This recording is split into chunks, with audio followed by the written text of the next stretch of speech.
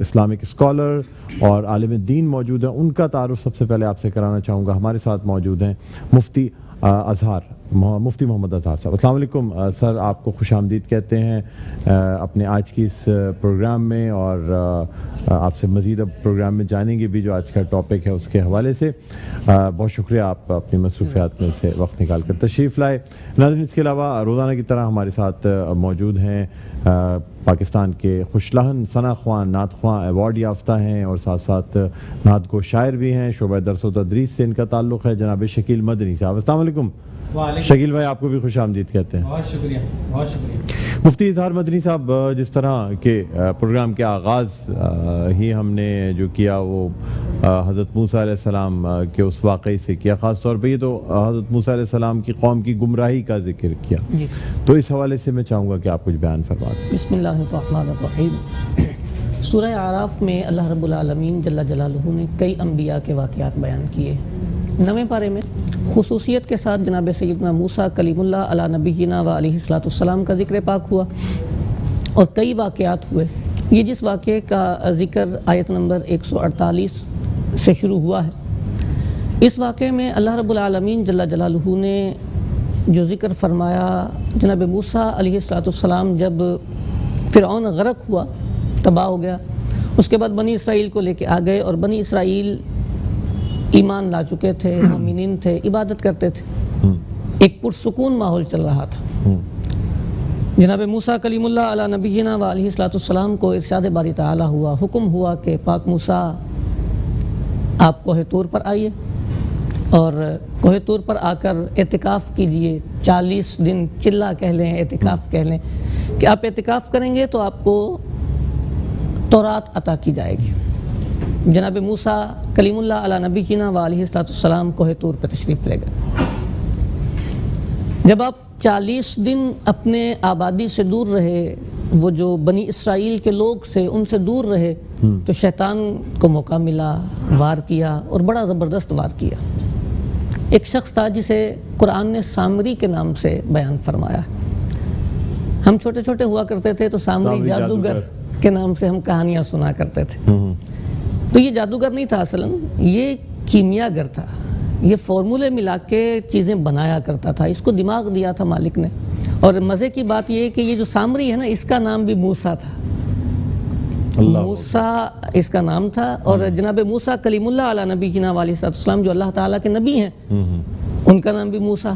اور ایک اور مزے کی بات، جناب موسیٰ کلیم اللہ علی نبینا و علیہ السلام جو اللہ تعالیٰ کے جلیل القدر پیغمبر ہیں، آپ پیدا ہوئے تو آپ کی پرورش فرعون کے گھر میں ہوئی. یہ فرعون ساری دنیا جانتی ہے کہ اللہ تبارک و تعالیٰ کی بارگاہ سے مردود شخص، کافر، خدائی کا دعویٰ کرنے والا، یعنی بدترین کافر. اور یہ جو دوسرا موسیٰ ہے، یہ موسیٰ پیدا ہوا تو اس کی ماں نے قتل کے ڈر سے کہہ لیں یا رسوائی کے ڈر سے اس کو ایک غار میں چھوڑ دیا. اچھا، اس کو غار میں چھوڑا تو وہ رب العالمین جل جلالہ سب کی پرورش فرماتا، بے شک وہ کسی کو لاوارث نہیں چھوڑتا، اور جسے اس نے پیدا فرمایا اس کے رزق کا وہ انتظام فرماتا ہے. روایتوں میں آتا ہے کہ اس موسیٰ جو سامری ہے، اس کی پرورش کے لیے اللہ تبارک و تعالیٰ نے جناب جبریل کی ذمہ داری لگائی. سبحان اللہ. جناب جبریل اس کے پاس آیا کرتے، اس کی خوراک کا انتظام ہوتا، اس کی پرورش کی گئی، اور یہ جوان ہوا، بڑا ہوا. اب دیکھیں، 2 موسیٰ ہیں، ایک پاک نبی ہیں اور دوسرا یہ سامری بنا ہے. پرورش دونوں کی الگ الگ مقام پہ ہوئی. جو پاک موسیٰ ہیں وہ بدترین کافر کے گھر میں پرورش پا رہے ہیں، اور یہ جو سامری بنا ہے اس کی پرورش جناب جبریل امین نے کی. جب میں یہ واقعہ تفسیر کی کتاب میں پڑھ رہا تھا تو سبق میرے ذہن میں آیا کہ ہم اپنی اولاد کی تربیت کے لیے کتنی کوششیں کرتے ہیں، لیکن یہ واقعہ پڑھنے کے بعد میرے دل میں یہ خیال آیا کہ ہم 1000 کوششیں کریں، اور کرنی چاہیے، لیکن فائنلی توجہ اللہ تبارک و تعالیٰ کی ذات پہ ہونی چاہیے. کیونکہ فرعون کے گھر میں پرورش پانے والا پیغمبر خدا بنتا ہے، سبحان اللہ. اور جبریل کے پاس پلنے والا جوان ہونے والا، جبریل امین سے پرورش پانے والا، نورانی فرشتے سے پرورش پانے والا بدترین مخلوق میں شمار کر دیا جاتا ہے۔ اس لیے اولاد کی تربیت کی ساری کوششیں کرنی چاہیے، لیکن ساتھ ہی ساتھ فائنلی توجہ اللہ تبارک و تعالیٰ کی بارگاہ میں رکھنی چاہیے اور اس کی بارگاہ میں دعا کرنی چاہیے۔ اب یہ دونوں جناب موسیٰ علیہ السلام اللہ کے پیغمبر ہیں، اور یہ دوسرا موسیٰ یعنی سامری یہ جناب موسیٰ علیہ السلام کی قوم میں ہے۔ جب پاک موسیٰ علیہ السلام کوہ طور پر تشریف لے گئے، سامری کو پیچھے شیطان نے ورغلایا۔ اس نے کیا کیا کہ بنی اسرائیل کے زیورات جمع کیے، انہیں آگ میں ڈالا اور ایک بچھڑے کی شکل بنا لی۔ اب وہ بچھڑے کی شکل بن گئی تو یہ کیمیاگر تو تھا، اس نے کیا کیا کہ جناب جبریل علیہ السلام جب آیا کرتے جناب موسیٰ علیہ السلام کے پاس، تو جس سواری پر جناب جبریل سوار ہوا کرتے، وہ سواری جہاں سے گزرا کرتی، یہ وہاں سے خاک اٹھا لیتا۔ اچھا، اس خاک کو اٹھایا اور اس خاک کو اٹھا کر اس نے اس بچھڑے کے منہ میں رکھا۔ تو ابھی قاری صاحب نے تلاوت کی، اس میں الفاظ ہیں کہ وَاتَّخَذَ قَوْمُ مُوسَى مِن بَعْدِهِ مِنْ حُلِيِّهِمْ عِجْلًا جَسَدًا لَهُ خُوَارٌ۔ جناب موسیٰ علیہ السلام کی قوم نے اپنے زیورات سے ایک بچڑا بنایا جو بے جان تھا، جسدن بے جان جسم تھا، لیکن جسم اس کا گائے جیسا تھا، گائے جیسا جسم تھا، بچڑا تھا لیکن بولتا نہیں تھا، وہ کچھ کر نہیں سکتا تھا، کچھ بات نہیں کر سکتا تھا، لیکن لہو خوار، اس کو گائے جیسی آواز دے دی گئی۔ وہ اس مٹی کی وجہ سے اس میں آواز آ جاتی تھی، گائے کی طرح وہ بولا کرتا تھا۔ تو سامری نے، بنی اسرائیل سادے مزاج کے لوگ تھے، سب کو جمع کیا، کہنے لگا کہ پاک موسیٰ بھول گئے ہیں، وہ کوہ طور پہ ایسے ہی چلے گئے ہیں، ان کا رب تو یہ ہے۔ نعوذ باللہ۔ اب جب انہوں نے بنی اسرائیل نے سنا نا کہ یہ رب ہے، اور انہوں نے ایک نئی چیز دیکھی کہ سونے چاندی کا بنا ہوا بچڑا ہے اور وہ آوازیں بھی نکالتا ہے، تو وہ یہ انسان کی طبیعت ہے کہ جو چیز سامنے آتی ہے، مادیت پرستی، وہ مائل ہو گئے اور اس پر اس کی پوجا کرنے لگے۔